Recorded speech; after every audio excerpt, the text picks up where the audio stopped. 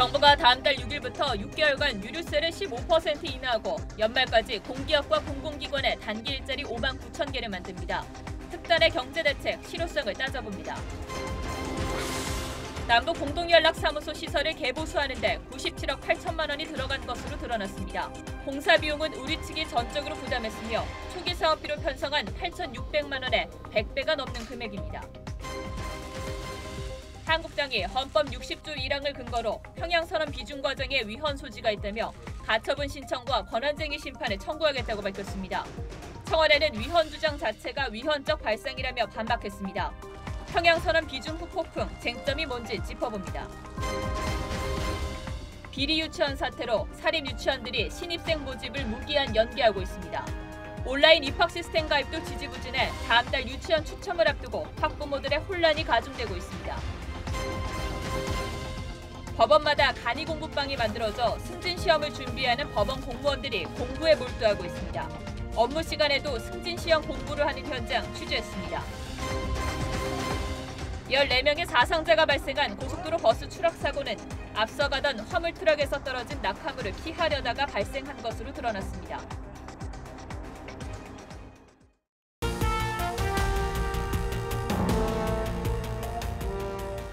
여러분 안녕하십니까? 뉴스9의 신동욱입니다. 경제 상황이 갈수록 나빠지고 있습니다. 고용과 투자 부진이 이어지고 있고 물가도 불안합니다.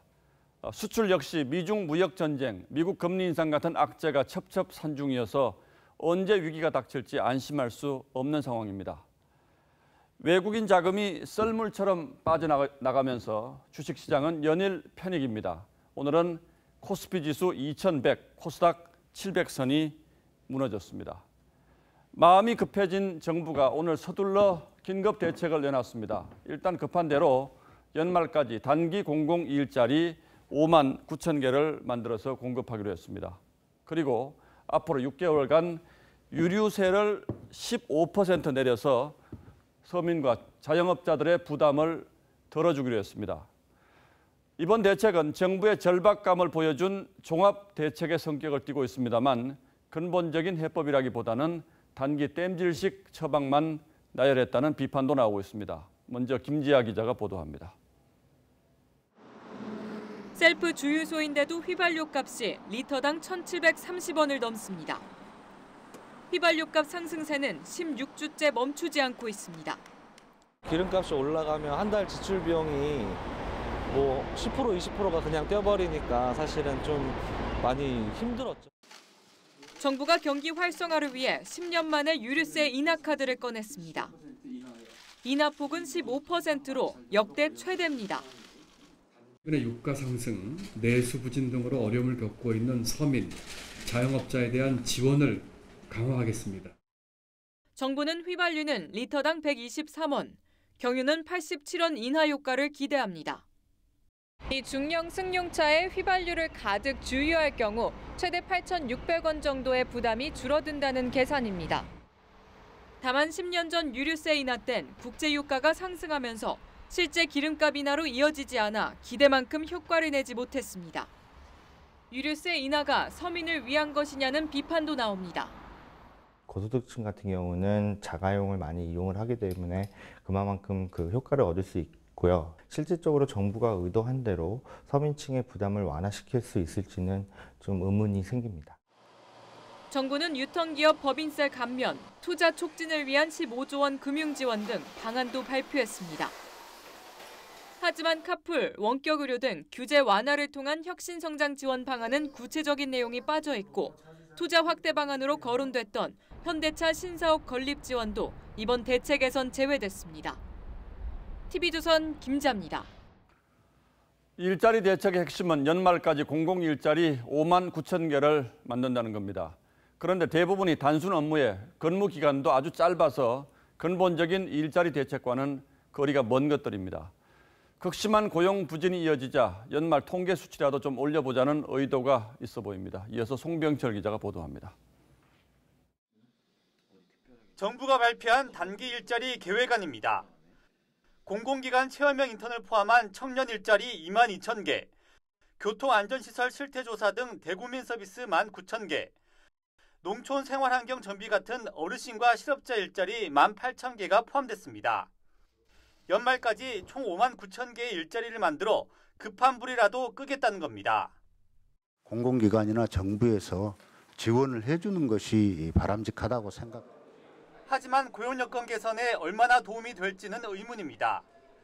풀 뽑기처럼 논란이 됐던 일자리는 빠졌지만 독거노인 전수조사 2,500명과 전통시장 환경미화 1,600명, 화재 감시원 1,500명과 라돈 측정 서비스 1,000명, 해양 환경정화 1,000명 등 단순 업무가 여전히 많습니다. 기한도 필요하면 내년까지 연장할 수 있다는 식으로 한시적입니다. 또 단기 일자리도 통계에는 취업자로 잡히다 보니 연말을 앞둔 미봉책이라는 비판도 나옵니다. 통계상의 수치를 개선하는 데는 도움이 될 수 있지만 실제 고용 및 노동시장 상황을 개선하는 데 큰 역할을 할 수 있을지에 대해서는 확인하기 어려운 상황입니다. 정부는 그동안 부진한 고용 지표에 상용직이 늘어 고용의 질은 좋아졌다고 반론을 폈는데 이번 대책은 질 나쁜 단기직 급조에 그쳤다는 지적이 나옵니다. TV조선 송병철입니다. 앞 리포트에서 보신 것처럼 단기 일자리 공급과 관련해서 정부가 당연히 해야 할 일이라고 설명하고 있습니다. 맞는 말인지 강동원 기자와 따져보겠습니다. 자, 강 기자요. 59,000개면 양이 상당히 많은데 과거에도 경제 위기 때마다 이런 공공근로사업이 있었죠? 예, 맞습니다. 사실 이전 정부에서도 공공일자리 정책은 등장했었습니다. 예. 가장 먼저 생긴 것은요, 이 IMF 외환위기 때 직후인데요. 당시 김대중 정부는 이 풀뽑기, 쓰레기 줍기, 제방, 하천 청소 이런 일자리들에 단기 일자리를 만들었었습니다. 1998년부터 2년 동안 약 200만 명에게 3조 원이 넘는 예산이 들어갔었습니다. 그리고 이명박 정부 때도 글로벌 금융위기 때인 2008년에 청년 인턴제로 6만 5천 명, 그리고 2009년에는 희망 근로사업에 25만 명에게 공공 일자리를 제공했었고요. 박근혜 정부인 2013년에도 세계 경제 불황 속의 청년 취업난 해소 정책으로 청년 해외 인턴제 등을 추진해서 공공 일자리에 6만 2천 명을 채용했었습니다. 주로 경제 위기가 있을 때 쓰는 방식이었죠. 현재 정부는 경제 위기라는 것을 공식적으로는 인정하지 않고 있지만 전문가들은 이런 조치들이 정부가 스스로 경제 위기를 인정하는 것이라고 지적하기도 합니다. 그렇군요. 그런데 이렇게 하면 연말 고용 지표에는 이제 숫자로 잡히는 건가요? 네, 맞습니다.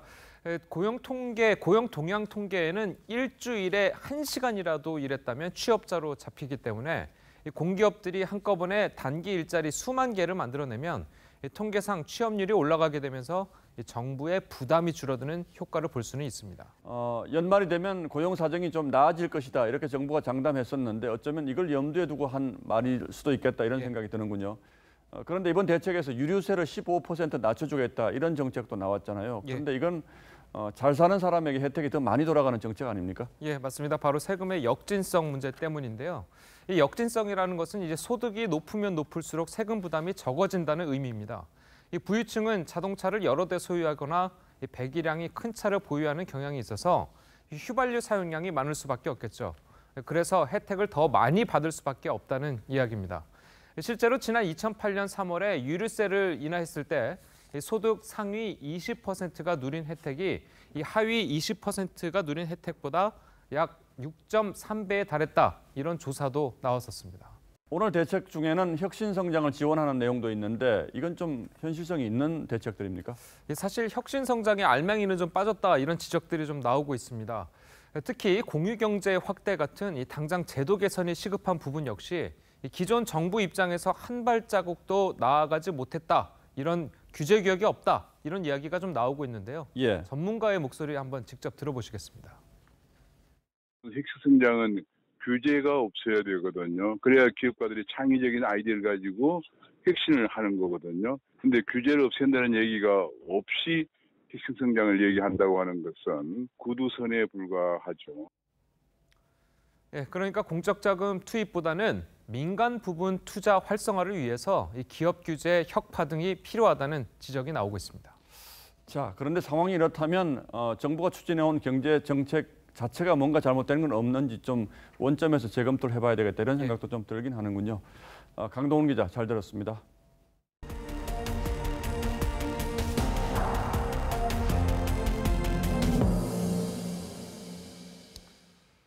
예, 경제가 이렇게 어렵습니다. 그런데 얼마 전 문을 연 개성 남북연락사무소 수리 비용으로 정부가 100억 원을 썼다고 합니다. 당초 사업비로 신청한 금액은 8,600만 원이었는데 그 100배가 넘는 금액을 썼다는 겁니다. 통일부는 어떻게 설명하고 있는지 먼저 이미지 기자가 보도하겠습니다. 정부가 남북 공동 연락사무소 개보수 사업 비용으로 발표했던 초기 금액은 8,600만 원입니다. 지난 7월 16일 서면 심의로 남북 교류협력 추진위원회를 열었고 초기 사업비만 심의 의결한 뒤 나머지는 최종 산출 뒤에 결정하기로 했습니다. 개성 남북 공동 연락사무소의 설치를 위해 관련 시설들의 개보수와 관련한 사업 관리비 8,600만 원을 의결하고 나머지 사업비는 추후 결정 의결할 예정입니다. 하지만 지난달 말 공사가 마무리된 남북 공동 연락사무소의 전체 공사 금액은 총 97억 8천만 원이라고 통일부가 발표했습니다. 청사와 숙소 등 사무소 운영에 필요한 직접 시설 개보수에 79억 5,200만 원, 정수장과 배수장 등 지원시설 보수에 16억 6천만 원, 공사 감리 비용으로 1억 6,800만 원을 썼습니다. 초기 비용의 100배가 넘는 금액이 든 셈입니다. 대북 사업의 불확실한 비용 추계가 진행 과정에서 눈덩이처럼 불어날 수 있다는 점을 보여줍니다. TV조선 이미지입니다. 예, 지금 남북연락사무소가 들어있는 건물은 지난 2007년도에 준공이 됐습니다. 그러니까 11년이 된 건물이죠. 처음 지을 당시에 80억 원을 썼다고 했는데 이번에 수리비로만 비슷한 금액인 80억 원 가까이가 또 지출됐습니다. 그렇다면 이게 과연 합당한 지출인지 의심하는 것은 합리적 의심이라고 봐야 할 것 같고 공동시설인데 우리가 비용을 다 댄 것도 논란이 될 수 있습니다. 보도에 백대우 기자입니다. 통일부는 지난 2007년 남북연락사무소 전신인 남북경제협력협의사무소 건축비로 1년 동안 약 80억 원을 썼다고 공개했습니다. 정확하게는 80억 원이 조금 안 된다고 설명했습니다. 통일부는 이 사무소를 개보수하는데 지난 7월부터 9월까지 2달 동안 79억 5,200만 원을 썼다고 국회에 보고했습니다. 남북연락사무소 평당 수리 비용은 583만 원으로 아파트 표준 건축비 600만 원과 비슷합니다. 도대체 뭘 고쳤기에 새로 짓는 만큼 돈이 들었냐는 의문이 제기됩니다. 비용이 한 80억 들었다. 이 부분은 근거가 희박하므로 저희가 비용 추계서를 통일부에다가 요청을 해놓은 상태이기 때문에 그걸 보고 한번. 통일부는 건물과 숙소를 전면 개보수했다고 설명했습니다. 또 개성까지 출퇴근하는 교통비와 위험수당까지 지급해 인건비 부담이 일반 공사보다 현저히 높다고 비용 증가 이유를 해명했습니다. 정부에서 개성공단 업무를 담당했던 국회 관계자는 북한에서 공사를 하면 장비를 다시 가져온다는 보장이 없기 때문에 대여가 아닌 구입으로 비용을 계산하고 공사 잔해도 모두 가져와야 한다고 설명했습니다. TV조선 백대호입니다.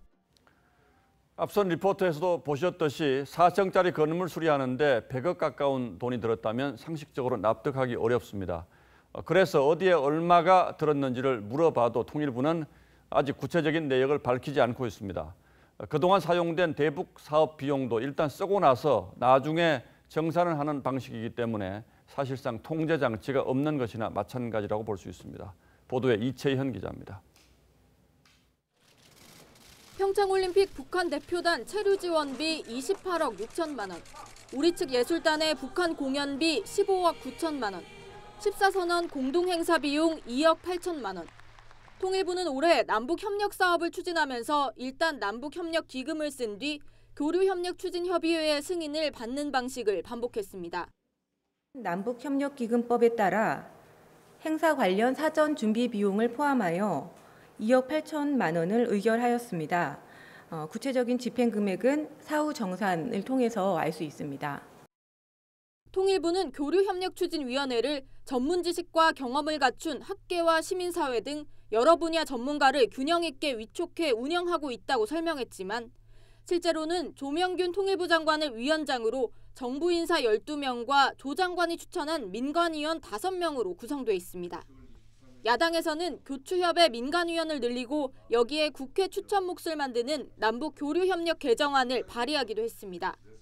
통일부 관계자는 기금 사용 전 국회에 직접 사전 설명을 하고 있고 다른 부처 기금보다 엄격한 심의를 거친다고 해명했습니다. TV조선 이채연입니다. 문재인 대통령이 국회 동의 없이 비준한 평양 공동선언과 군사 합의서를 두고도 후폭풍이 만만치 않습니다. 야당이 법원과 헌법재판소에 그 효력을 다투겠다고 나서자 청와대는 그렇게 하는 것 자체가 위헌적 발상이라며 맞받았습니다. 김정우 기자가 보도합니다. 자유한국당은 문재인 대통령의 남북군사합의서 비준은 위헌이라며 헌법재판소에 권한쟁의 심판을 청구한다고 했습니다. 법원은 효력정지 가처분도 신청할 계획입니다. 후속 합의에 대한 국회 동의를 패싱하고 애를 낳기도 전에 출생신고부터 먼저 해버리는 상황과 결코 다르지 않다는 말씀을 드립니다. 김성태 원내대표는 이번 군사합의는 헌법이 규정한 국가안전보장에 관한 사안이라고 했습니다. 헌법 60조는 국회는 안전보장에 관한 조약의 체결, 비준에 대한 동의권을 가진다고 규정합니다. 김 원내대표는 사드 배치도 비준 동의하자던 민주당이 무장 해제 수준의 군사 합의엔 무방하다는 입장이라고 비판했습니다. 청와대는 위헌이란 주장 자체가 오히려 위헌적 발상이라고 반박했습니다. 김의겸 대변인은 헌법 60조의 조약은 국가 간 합의를 뜻한다며 북한은 헌법상 국가가 아니라고 했습니다. 남북 합의는 국가 간 조약이 아니기 때문에 헌법 60조 적용을 받지 않고 따라서 위헌이란 말이 성립하지 않는다고 주장했습니다. 김 대변인은 1991년 남북기본합의서에 대해 대법원이 법적 구속력이 없어 국가 간 조약으로 볼 수 없다고 한 판례도 소개했습니다. 김성태 원내대표가 조약이 아니라면 비준은 왜 했냐고 재반박하면서 청와대와 야당의 공방은 더욱 치열해지고 있습니다. TV조선 김정우입니다. 얼마 전 남북 고위급 회담 취재에 탈북자 출신 기자를 배제한 걸로 큰 논란이 있었는데 조명균 통일부 장관이 오늘 탈북자 단체 대표들을 만나서 사과한 것으로 전해졌습니다. 그러나 참석 단체가 일부에 불과했고 일부 참석 예정자는 아예 불참을 하기도 해서 논란은 가라앉지 않고 있습니다. 정수장 기자가 취재했습니다. 차에서 내린 조명균 통일부 장관이 탈북민 단체 대표들과 만나기 위해 식당으로 들어갑니다. 1시간 15분간 진행된 간담회에서 탈북민들은 탄압받거나 힘들어서 내려왔는데 탈북 기자 취재 배제는 탄압으로 오해할 수 있다고 말했고 조 장관은 착잡한 심정이고 미안한 마음이라고 답했습니다. 조 장관은 문재인 대통령도 탈북자를 많이 신경 쓴다고 했지만 탈북단체 대표들은 공식 석상에서 얘기하지 않아 모르는 일이니 자주 소통하자고 말했습니다. 조 장관은 탈북자 북송은 절대 없다고 말하기도 했다고 한 참석자가 전했습니다. 탈북민들 정착 문제 관련된 전반적인 얘기, 의미 있는 얘기들을 많이 나눴습니다. 조 장관이 탈북민들의 불안을 달래려 간담회를 마련했지만 참석단체는 통일부에 등록된 탈북민 단체 60여 곳 중 3곳에 불과했습니다. 왜 당사자는 부르지도 않고 또 북한 인권 활동을 하는 북한 인권 단체 대표들은 단 한 명도 부르지 않았냐? 무슨 대화를 하려는 거냐? 코드 맞추기냐? 한 곳은 참석을 예정했다가 다른 탈북 단체의 반발로 막판에 불참했습니다. TV조선 정수양입니다. 다음 뉴스입니다. 사립 유치원들이 내년도 신입생 모집을 무기한 연기하거나 일부 지역에서는 한때 휴원 결의를 하는 등 집단 반발 움직임을 보이고 있습니다. 한국유치원총연합회는 사제 기자회견을 자처하면서도 아무것도 양보하지 않고 있어서 학부모들의 혼란과 불안, 불신이 커지고 있습니다. 윤혜웅 기자가 취재했습니다. 서울의 이 사립유치원은 감사 비리 명단에 없는데도 내년도 신입생 모집을 무기한 미뤘습니다.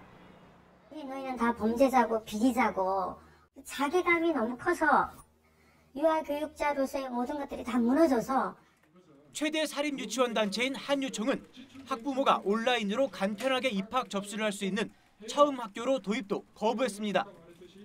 국공립유치원과 같은 선상에서 경쟁하면 불리하다는 논리입니다. 처음 학교로 해서 공립학교는 무상이에요. 학부모 부담 하나도 없어요. 사립학교는 한 20몇만 원 내야 돼요. 어디 지원할 거예요? 당연히 공립 지원할 거잖아. 11월부터 원서 접수가 시작되는데 전체 사립유치원의 15%인 600여 곳만 가입했습니다. 유치원 추첨 시기가 한 달 앞으로 다가왔지만 유치원마다 원화 모집 시기와 방법이 제각각이어서 학부모들은 혼란스럽기만 합니다.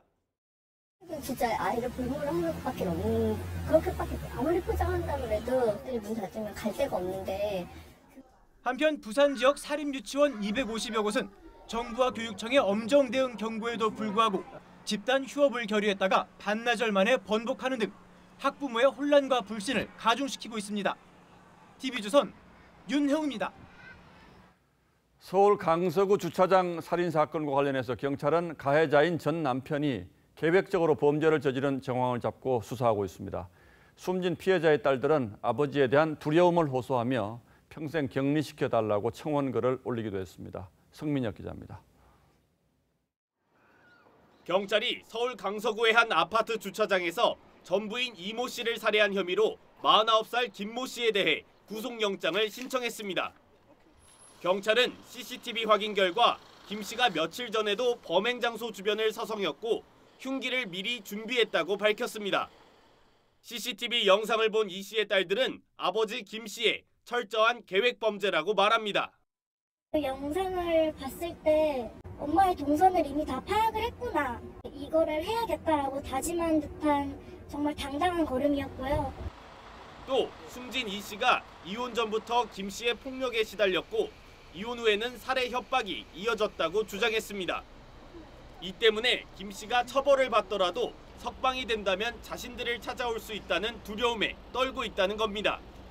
이제 사회에 아빠가 다시 나오게 되면은 제2의 피해자가 생기지 않을까라는 우려가 있어요. 다시 사회에 발을 못 내밀게.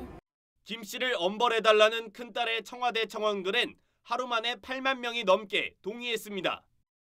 산이라는 것 자체는 도저히 용납이 안 되고 어떤 무슨 말을 해도 변명할 수 없는데 오죽하면 자기 아버지를 사형에 처달라. 김 씨에 대한 구속 전 피의자 신문은 내일 오전 서울 남부지법에서 열립니다. TV조선 성민혁입니다. 이재명 경기지사의 부인 김혜경 씨가 지난 경기지사 선거 당시에 제기된 이른바 해경궁 김 씨 사건과 관련해서 비공개로 경찰 조사를 받았습니다. 이재명 지사도 오는 29일 경찰 조사를 앞두고 있는 상태인데 이 지사 측은 성남경찰서가 수사 기밀을 유출한 의혹이 있다며 불만을 표시했습니다. 보도에 최원영 기자입니다. 해경궁 김 씨 트위터 계정 소유주는 지난 4월 당시 민주당 전해철 경선 후보와 문재인 대통령을 비난하는 글을 올렸습니다. 네티즌은 이재명 당시 경선 후보의 부인 김혜경 씨를 지목했고 이정열 변호사가 김 씨를 고발했습니다. 이 사건과 관련해 경기 남부청 사이버수사대는 김혜경 씨를 오늘 비공개로 조사했습니다. 김 씨는 자신은 계정과 관련이 없다고 진술했습니다.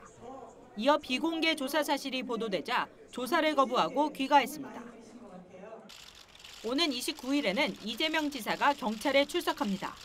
친형 정신병원 강제 입원 의혹을 조사받기 위해서입니다. 경찰은 앞서 지난 12일 자택 등을 압수수색했습니다. 이명박, 박근혜 정권 때도 문제되지 않던 사건입니다. 6년이 지난 이 시점에서 왜 이런 과도한 일이 벌어지는지 좀 납득하기 어렵습니다. 이재명 지사와 관련한 각종 의혹에 경찰 수사가 속도를 내는 가운데 김용 경기도 대변인은 오늘 수사기밀 유출 의혹이 있다고 주장했습니다. 또 경찰의 수사는 정치적 영향을 받아서도 어느 한쪽에 치우쳐서도 안 된다고 말했습니다. TV조선 최현영입니다.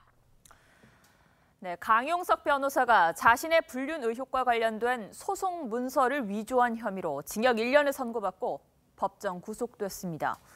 강 변호사는 이재명 경기도지사와 법적 공방을 벌이고 있는 배우 김부선 씨의 소송 대리를 맡고 있는데, 자, 그럼 이 사건의 변호는 어떻게 되는 것인지 조정린 기자가 보도합니다.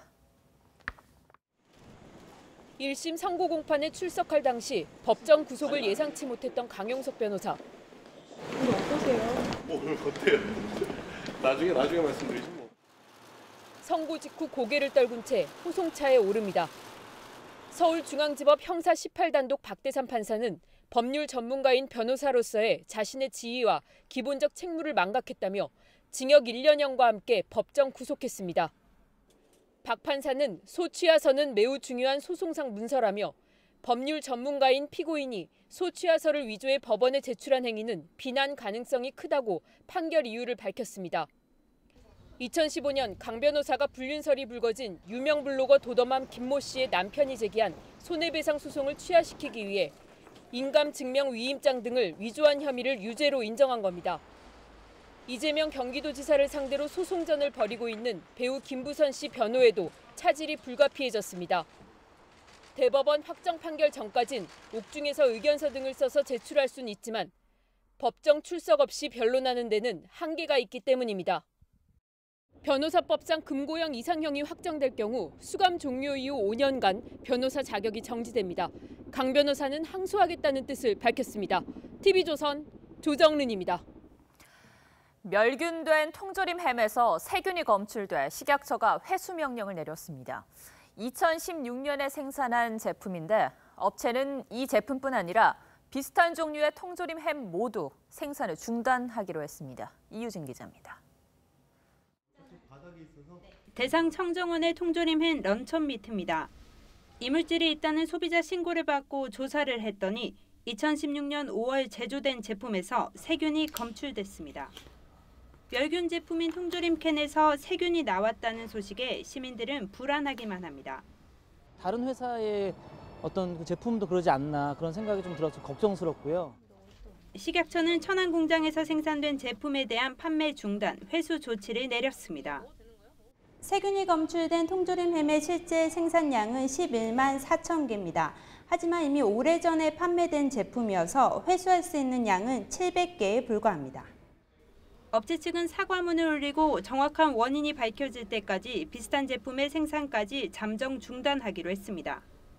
해당 제품뿐만이 아니라 당사에서 생산되고 있는 전체 캔햄 제품에 대한 판매와 생산을 중지하고 소비자의 불안을 최소화할 수 있도록 노력을 하고 있습니다. 또 런천미트가 아닌 청정원 제품의 캔햄 전 제품에 대해서도 환불을 진행하겠다고 밝혔습니다. TV조선 이유진입니다.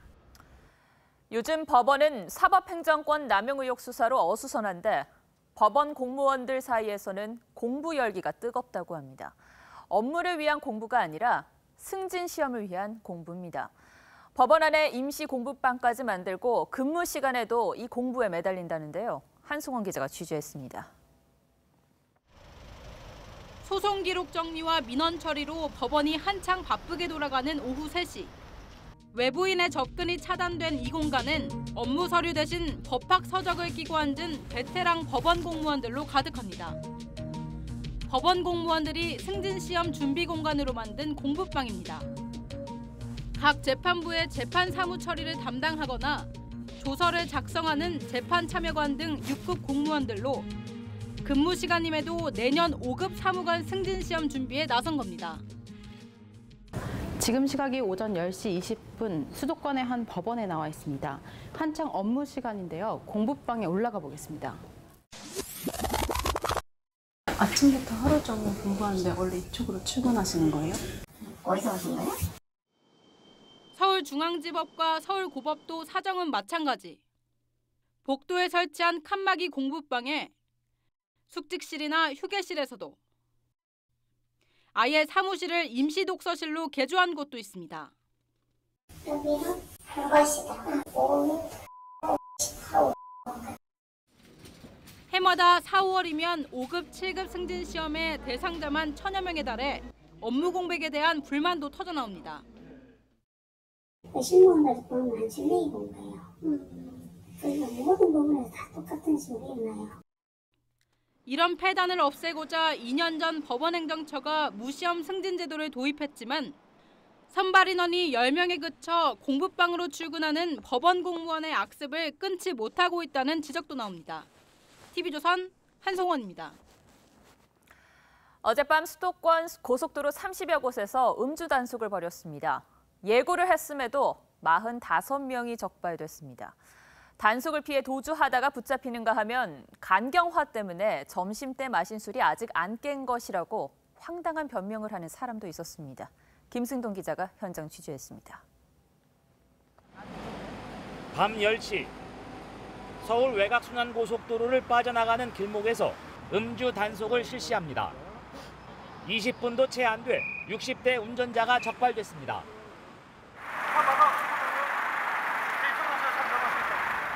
연겁 후 물을 마시고 입을 헹궈보지만 소용없습니다. 운전자는 황당한 핑계를 댑니다. 점심 때 먹었어요. 근데 내가 전혀 알코올이라든지 약물을 해독을 못해요. 원래 이 강경화가 그렇더라고요. 비슷한 시각 경부고속도로에서도 음주 운전자가 적발됐습니다. 혈중 알코올 농도 0.082%. 술 뭐 얼마나 드셨어요? 아니, 소주는 2잔. 40대 여성은 단속을 피해 고속도로로 차를 몰고 달아났다가 경찰 추격에 붙잡혔습니다. 혈중 알코올 농도가 0.19%로 만취 상태였습니다. 음주 단속에 4번째 걸린 상습 운전자도 있었습니다. 2시간 만에 45명이 음주 단속에 걸렸습니다. 상습 음주운전자는 구속을 원칙으로 하고 동승자도 음주운전 방조행위로 처벌할 예정입니다. 경찰은 상습 음주 운전자는 면허 취득을 영구적으로 금지하는 방안을 검토하고 있습니다. TV조선 김승도입니다. 어제 저녁 충남의 고속도로 2곳에서 교통사고가 나 2명이 숨지고 19명이 다쳤습니다. 그런데 두 사고 모두 앞서가던 화물차에서 떨어진 낙하물을 피하려다가 발생했습니다. 이호진 기자입니다. 승객들이 고속버스 창문을 밟고 탈출을 시도합니다. 천안 논산 고속도로에서 사고가 난 건 어제 저녁 6시 반쯤. 사고버스는 앞서 가던 화물 차량이 떨어뜨린 적재물을 피하기 위해 핸들을 급격하게 돌렸다가 이렇게 가드레일을 들이맞고 5m 아래로 추락했습니다. 이 사고로 1명이 숨지고 13명이 다쳤습니다. 쌀 푸대 큰 거 있잖아요. 쌀 푸대 그거하고 비슷해요. 그거 튀어내려다가. 어제 저녁 7시쯤 충남 홍성군 서해안 고속도로에서도 도로에 떨어진 적재물을 피하려다 4중 추돌 사고가 났습니다. 1명이 숨지고 6명이 다쳤습니다. 운전자에게 화물 낙하물은 공포의 대상입니다. 거 떨어지면 작은 차가 다치잖아요. 그러니까 다 피해라래지. 그냥 갈 수가 없어요. 괜히 나도 모르게 죽어요. 앞차에서 떨어지는 물건은 미처 피할 틈이 없습니다. 급하게 피하려고 하면 사고로 이어집니다. 실제 제동했을 때 낙하물하고 충돌 시간이 상당히 짧습니다. 따라서 큰 사고의 위험성이. 고속도로에 떨어지는 낙하물은 해마다 25만여 건에 이릅니다. TV조선 이호진입니다. 지난주 아들 셋을 둔 30대 경찰관이 추돌 사고를 수습하다가 2차 교통사고로 숨지는 안타까운 일이 있었습니다. 당시 경찰은 경찰관 2명이 사고를 수습하느라 주위 교통을 통제하지 못했다고 밝혔습니다. 그런데 취재 결과 출동한 순찰차 안에 경찰관 1명이 더 있었습니다. 이성진 기자의 단독 보도입니다. 지난 18일 경남 김해시에서 추돌 사고를 수습하던 34살 이상무 경사가 2차 사고로 숨졌습니다. 사고 현장은 평소에도 교통사고가 많았습니다. 저녁 되면은 어두워서 이 길을 사실 안 보여요. 앞에 물체가 지나가도 식별하기가 굉장히 어렵습니다. 경찰은 사고 직후 출동한 경찰관 2명이 사고를 수습하느라 주위 교통 통제를 못했다고 밝혔습니다. 하지만 실제 출동한 경찰관은 모두 3명이었습니다. 팀장급인 52살 한모 경위는 현장에 도착해서 2차 사고가 날 때까지 7분 동안 순찰차 뒷자리에 앉아 있었습니다. 경찰은 취재가 시작되자 출동 인원을 숨긴 것은 아니라고 해명했습니다. 한경위는 경찰 조사에서 사소한 사고로 판단해 내리지 않았다고 진술했습니다. 차량이 안전한 곳에서 정차가 되어 있고 운전자도 안전한 곳에 있었기 때문에 일부 경찰관은 아쉬움을 표현합니다. 안타깝습니다. 같이 내려가지고 했으면 또 조금이라도 튄다니 아마 경험이 많으니까. 경찰은 한경위의 징계 여부를 검토하고 있습니다. TV조선 이성진입니다.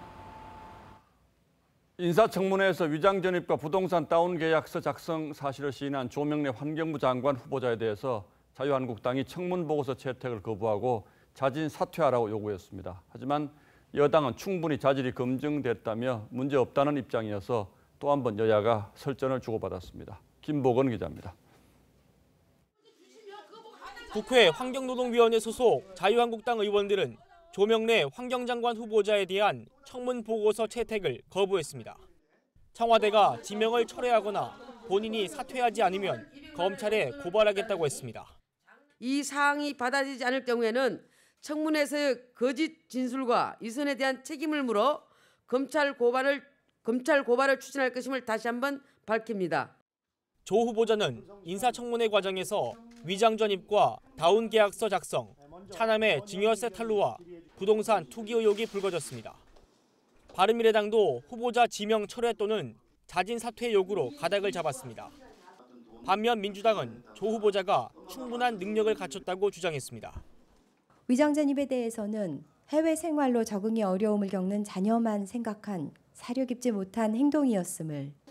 조 후보자의 위장 전입, 탈세 등 의혹에 청와대는 특별한 입장이 없다며 여론의 추이를 살피는 분위기입니다. TV조선 김보건입니다. 응급 환자를 이송하는 헬기가 소음 민원을 걱정해야 한다. 무전이 되지 않아서 SNS로 통화를 하는 실정이다. 이국종 아주대병원 중증외상센터장이 국정감사장에 나와서 우리 응급의료체계의 현실에 답답한 심경을 토로했습니다. 서주민 기자입니다. 이국종 아주대병원 중증외상센터장이 출연한 TBCF입니다. 현장 구조대원분들 그 환자 출혈부위를 최대한 압박하셔야 됩니다. 하지만 정작 이 교수가 밝힌 현실은 달랐습니다. 헬기에서 무전이 안 돼 SNS로 교신을 할 정도라는 게 이 교수의 말입니다. 현장에서 저희는 지금도 무전이 안 돼서 이렇게 카카오톡을 지금 쓰고 있는 걸 보실 겁니다. 영국의 경우 럭비 경기를 하다가도 경기를 끊고 응급 헬기가 환자를 구조하는데 우리는 소음 민원을 걱정해야 하는 처지라고도 했습니다. 헬기장을 아예 없애버리든가 헬기장을 이전하든가 아니면 소리가 안 나게 방음벽을 설치하라 그랬는데 이렇게 한 나라는 전 세계 어디에도 없다는 거나. 이런 어려움을 호소하면 기관장이나 장관 등이 금방 지원하겠다고 하면서도 중간선에서 막힌다고 토로했습니다.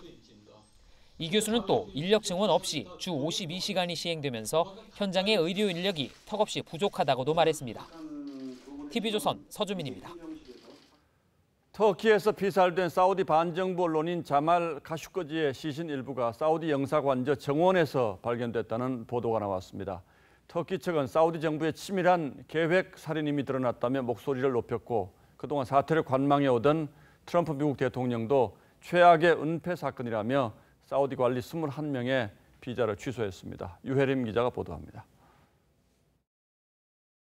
영국 스카이뉴스는 자말 카슈거지 시신 일부가 영사관에서 500m 떨어진 영사관저 정원에서 발견됐다면서 시신이 훼손됐고 얼굴도 심하게 손상됐다고 전했습니다. 몸싸움 도중 끔찍한 실수로 숨진 카슈거지 시신을 카페트로 감싸 현지 관계자에게 건넸다는 사우디 정부 측 주장과 다른 정황입니다. Öldürüldüğü resmen kabul edilen bir kişinin cesedi niçin hala ortada yok? 에르도안 터키 대통령은 카슈거지의 죽음이 사우디 정부의 치밀한 계획살인이라고 단정했습니다. Cinayetin anlık bir hadiseden kaynaklanmadığı, planlı bir operasyonun ürünü olduğu yönünde elimizde güçlü emareler bulunuyor. 도널드 트럼프 미국 대통령은 사건에 연루된 사우디 관리 21명의 비자를 취소했습니다. 이번 사건 관련 미국의 첫 제재입니다. But I would say it was a total fiasco. From day one, from the thought. 사건 배후로 지목된 빈살만 사우디 왕세자는 카슈거지의 아들을 궁으로 초청해 위로했습니다. TV조선 유혜림입니다. 가난과 굶주림을 피해서 미국으로 향하는 중남미 이민자 행렬이 7,000명을 넘어섰고 사망자가 속출하고 있습니다. 다음 달쯤이면 미국 국경에 도착할 것 같다고 하는데 미국은 즉시 추방하겠다는 의지를 보이고 있습니다. 우리도 이제는 직면해 있는 이민자 문제 어떻게 풀어야 할지 오늘의 포커스를 마쳤습니다.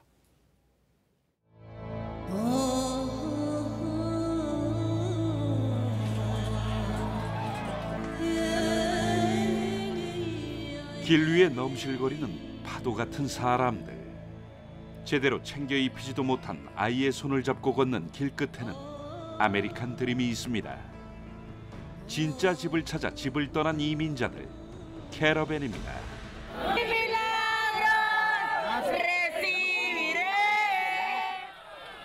처음 길을 나설 때 100명 남짓이었던 이들은 열흘 만에 7,000명이 됐습니다. 고향 온두라스를 떠나 쉼없이 걸었지만 이제 멕시코. 미국 텍사스 국경에 다다르려면 1,800km를 더 걸어야 합니다. 501시간 여정. 하루에 부지런히 12시간을 걸어도 42일이 걸립니다. 끼리는 구호단체가 주면 때우고 운이 좋으면 차를 잠시 얻어 탑니다. 함께 걷던 누구는 지쳐 돌아갔고 또 누구는 숨을 거뒀습니다. No podemos hacerlo. Por eso vamos con una selección para Honduras de vuelta. 그런데도 걷는 이유. Damos un futuro más mejor para nuestros hijos porque sabemos que en Honduras. Un buen futuro para mi hija, tal vez cuando ella esté grande, ponerla a estudiar. 온두라스는 실업률이 30% 가까이 치솟고 갱단이 나라를 흔듭니다. 누군가가 아무 이유도 없이 어느 날 살해될 수 있는 곳입니다. 고향에서 죽는 것보다 미국 감옥에 가는 길을 택한 셈입니다. It's that individuals fleeing persecution and violence need to be given access to territory and to refugee status determination procedures. 다음 달 초면 미국 국경에 도착할 이민자들을 두고 미국 여론도 분열됐습니다. 영화배우 안젤리나 졸리가 나서 자선을 원하는 게 아닌 스스로 일어날 기회가 필요한 것이라며 이민자를 옹호한 반면 중간 선거를 앞둔 트럼프는 연일 각을 세우며 보수 지지층을 자극합니다. Fairly big percentage of those people are criminals. 먼 나라의 일 같지만 우리나라에서도 예멘 난민을 두고 치열하게 싸우고 있습니다. 난민 인정 규칙을 수정을 한다던가 하는 식으로 이거는 정말 인간이 살아가야 사느냐 마느냐의 생존의 문제이기 때문에 전 세계 난민은 6,850만 명. 2차 세계대전 당시 난민보다 많은 사람들이 길 위에 있습니다. 함께 살지, 다로 살지, 우리나라도 미국도 정치 경제적 셈이 복잡할 수밖에 없겠습니다만 온두라스 청년을 차에 태워준 멕시코 운전사의 대답은 간단합니다. Hermano, hay que ayudar al prójimo. Hay que ayudarle hoy por ellos, mañana por nosotros. 뉴스9 포커스였습니다. 네, 대중문화 발전에 기여한 문화예술인에게 정부가 포상을 하는 대중문화예술상 시상식이 오늘 열렸습니다. 방탄소년단이 화관 문화훈장을 받는 등 모두 36팀이 수상을 했는데 시상식장은 거의 방탄소년단 콘서트장을 방불케 했습니다. 심지어 무료 입장권이 수십만 원에 거래되기도 했습니다. 박소영 기자입니다. 오늘 오후 올림픽공원 올림픽홀. 방탄소년단이 레드카펫에 들어서자 수백 명의 함성이 터져나옵니다. 방탄소년단의 수상을 축하하기 위해 국내외에서 찾아온 팬들입니다. Because my flight is tonight, so I just hope to see a glance of them before I fly back to Malaysia tonight. So I really want to see them up close. 방탄소년단의 수상 소식에 입장을 희망하는 팬들이 많아지면서 공짜 입장권이 수십만 원에 거래되기도 했습니다. 훈장 받는다는 기사 나기 전에 예매가 열렸어가지고 저는 이제 운이 좋게 미리 예매를 해놨었는데 그 이후에 아시게 된 분들은 되게 힘드셨을 것 같아요. 입장권을 거머쥔 팬들이 시상식장에도 대거 몰려 콘서트장을 방불케 했습니다. 방탄소년단은 수상의 영광을 팬들에게 돌렸습니다. 전 세계 아미 여러분들의 힘찬 함성과 응원이 담겨진 아주 값진 무게감 있는 상입니다. 현장에서는 150여 개 국내외 매체가 취재 경쟁을 벌였습니다. 오늘 시상식에서는 대중문화 발전에 기여한 공로를 인정받은 총 36팀이 문화훈장과 표창을 받았습니다. 배우 이순재 씨는 은관 문화훈장을, 김남주, 유재석 씨 등은 대통령 표창을 받았습니다. TV조선 박소영입니다.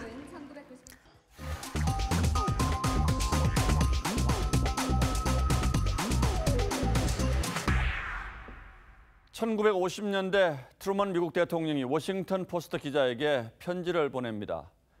당신 기사는 8가지 궤양에 걸려 4가지가 진행 중인 사람이 쓴 것 같습니다. 당신을 만나면 코를 부러뜨리겠습니다. 권력자에게 언론은 눈에 든 티끌, 소등에 달라붙은 파리떼와 같은 존재인지도 모릅니다.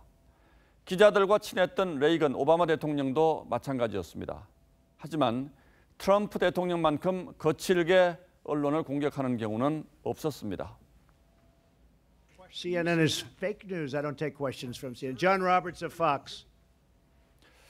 예, 트럼프에게 가짜 뉴스란 비판적 언론 보도에 붙이는 딱지입니다. 참다 못해 뉴욕타임스를 비롯한 350개 신문사가 트럼프의 더러운 전쟁에 맞서자며 초유의 공동사설을 실은 적도 있죠.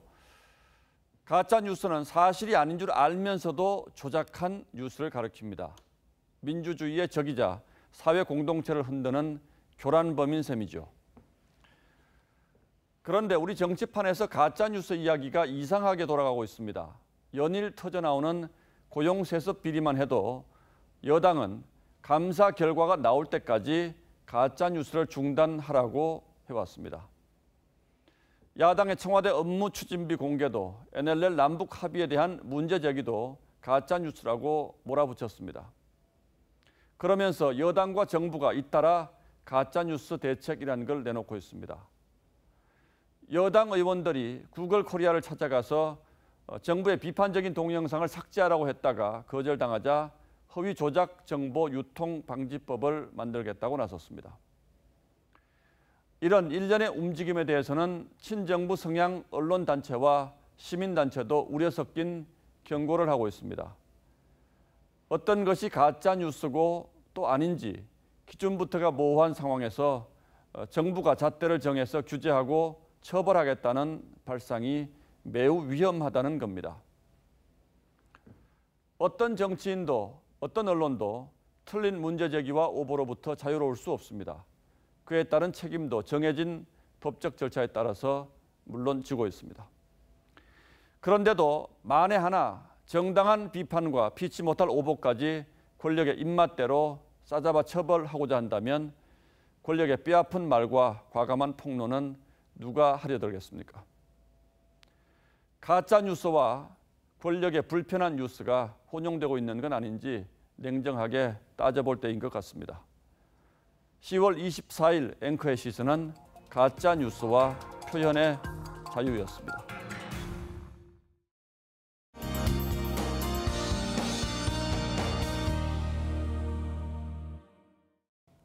네, 요즘 일교차가 매우 크죠. 아침에 도톰한 겉옷을 입고 나서면 낮에 좀 무거운 느낌이 드는데요. 20도선의 포근한 날씨는 내일이 마지막이 될 것 같습니다. 모레 비가 오면서 기온이 큰 폭으로 떨어지는데요. 비는 모레 아침에 서해안부터 시작돼 낮에 전국으로 확대되겠고요. 밤에는 대부분 그치겠습니다. 내일은 맑은 하늘 이어지겠고요. 미세먼지 농도도 보통 수준 예상됩니다.